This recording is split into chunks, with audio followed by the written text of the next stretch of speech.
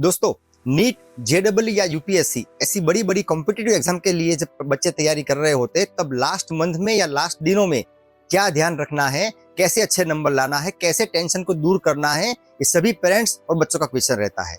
अब उसके लिए मैं खुद क्वालिफाई नहीं हूँ क्योंकि मैंने ऐसी एग्जाम दी नहीं है, मगर मेरे बेटे ने पिछले साल नीट की एग्जाम दी थी। उसके कुछ एक्सपीरियंस शेयर करूंगा जिससे शायद आपको हेल्प मिल जाए। दोस्तों, स्ट्रेस बढ़ने का सबसे बड़ा रीजन है हमारी एक्सपेक्टेशन। जब हमें लगता है कि मुझे बहुत अच्छे नंबर लाने हैं या फिर सबको डिक्लेयर करके रखा हुआ है मैं इतने नंबर लाऊंगा या इतने नंबर लाऊंगी, या फिर हमारे पेरेंट्स को मुझे कुछ अच्छे नंबर ला के दिखाना है तभी वो खुश हो गए। दोस्तों, ऐसा नहीं होता। हमारे पेरेंट्स, हमारा माइंड कितना रिलैक्स है, हम कितना स्टडी को एंजॉय कर रहे हैं, उसमें खुश है। हमारे अच्छे नंबर आने से बहुत खुश हो गए, वो हमारी एक्सपेक्टेशन है। वो जितना डाउन करेंगे, माइंड रिलैक्स रहेगा, उतना ही अच्छा परफॉर्मेंस होगा। हम जैसे हैं वैसे हमको एक्सेप्ट करना है। स्ट्रेस की वजह से यदि ठीक से नींद नहीं आ रही है तो मेडिटेशन करना है, मगर मेडिटेशन है क्या वही पता नहीं है। सोने के टाइम पे पूरे बॉडी को रिलैक्स छोड़ देना है, एक एक बॉडी के पार्ट्स पे ध्यान देके रिलैक्स छोड़ देना है और 100 से लेके 1 तक रिवर्स काउंटिंग करना है। अब बीच में आप भूल जाओगे, बीच में कुछ ना कुछ एग्जाम का क्वेश्चन या कुछ स्टडी याद आ जाएगा। वापस 100 से काउंट करो, 1 तक पहुंचने से पहले आपको नींद आ जाएगी। अब दूसरा क्या होगा कि जब नींद ठीक हो गई है, माइंड रिलैक्स हो गया, अच्छे से पढ़ पाओगे। और पढ़ने के टाइम पे भी बीच में छोटे छोटे ब्रेक लेके, आपको गाना गाना पसंद है, गाना सुनना पसंद है, कार्टून देखना पसंद है, छोटे छोटे ब्रेक लेके माइंड को थोड़ा रिलैक्स करना है। अब ये सब चीज तो कर ली। अब उसके बाद आता है क्वेश्चन, कुछ टिप्स है क्या जिससे अच्छे नंबर आ जाए। तो मैं और मेरा बेटा जो डिस्कस करते थे उसमें मैंने फेस किया था कि 3 चीज पे प्रॉब्लम होता है। एक तो कुछ क्वेश्चन क्या पूछा है वो हुआ ही नहीं है, मतलब वो क्वेश्चन समझ में नहीं आया। कई बार टाइम कम पड़ता है, मतलब 180 क्वेश्चन है नीट में तो वो पूरे ही नहीं होते, उसके पे टाइम खत्म हो जाता है। और कई बार ये होता है कि सिली मिस्टेक कर देते हैं। अब ये 3 चीज को ओवरकम कर लिया तो आपके 50 से 100 नंबर अपने आप बढ़ जाएंगे। तो हम क्या करते थे, जब भी हम डिस्कस करते थे कभी ना कभी, तो जो क्वेश्चन समझ में नहीं आया है वो पूरा चैप्टर ही आपको रिवाइज करना, ये आपका होमवर्क हो गया।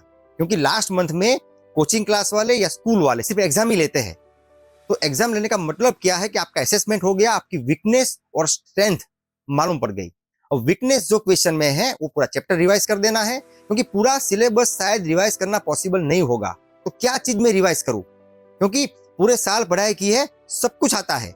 आपके बैच में जो 10, 15, 20 लड़के हैं वो सबको सेम आता है, सबका सेम मेमोरी पावर है, मगर गलती कहाँ होती है हमारी, जहाँ पे वीकनेस है उसको हमें चैप्टर रिवाइज करके स्ट्रॉन्ग करना है। दूसरा सवाल आता है टाइम कम पड़ता है, उसके लिए हम क्या एक्सरसाइज करते थे, हमारा क्वेश्चन पेपर 180 क्वेश्चन का है ही नहीं, 150 का ऐसा मान ले।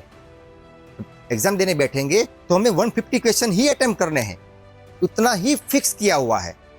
तो क्या होगा, जो क्वेश्चन डिफिकल्ट लग रहे हैं या फिर टाइम कंज्यूमिंग है उसको अटेम्प्ट ही नहीं करना है। तो 150 क्वेश्चन सही से आंसर कर दिए तो 600 मार्क्स आ गए, तो काफी अच्छे है। मगर थोड़ा टाइम बच जाएगा, इससे थोड़ा टाइम एक्स्ट्रा मिलेगा। वो टाइम पे हमें फिर से वही 150 क्वेश्चन को रिवाइज करके चेक करना है सही किया है कि नहीं किया है।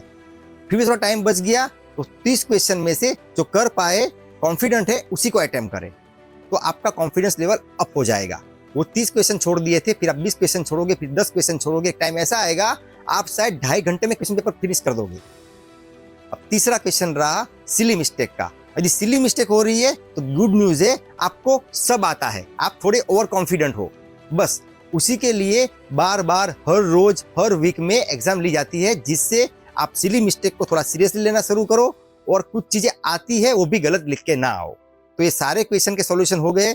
अभी क्या ध्यान देना है, हमारी एक्सपेक्टेशन को थोड़ी लोअर करनी है, जैसे है वैसे खुद को एक्सेप्ट करना है, और हमारे सक्सेस का मापदंड हमारे नंबर्स नहीं है, ये फिक्स कर देना है। सक्सेस आता है आपके एटीट्यूड की वजह से। आपके जितने भी नंबर आएंगे, मगर आपकी मेहनत सही है, आपका हार्डवर्क सही है, आपका स्मार्ट वर्क सही है, तब जो भी फील्ड में जाओगे, जितने भी नंबर आएंगे उससे आप वहां पे भी जाके सक्सेस होगे, वो गारंटी है।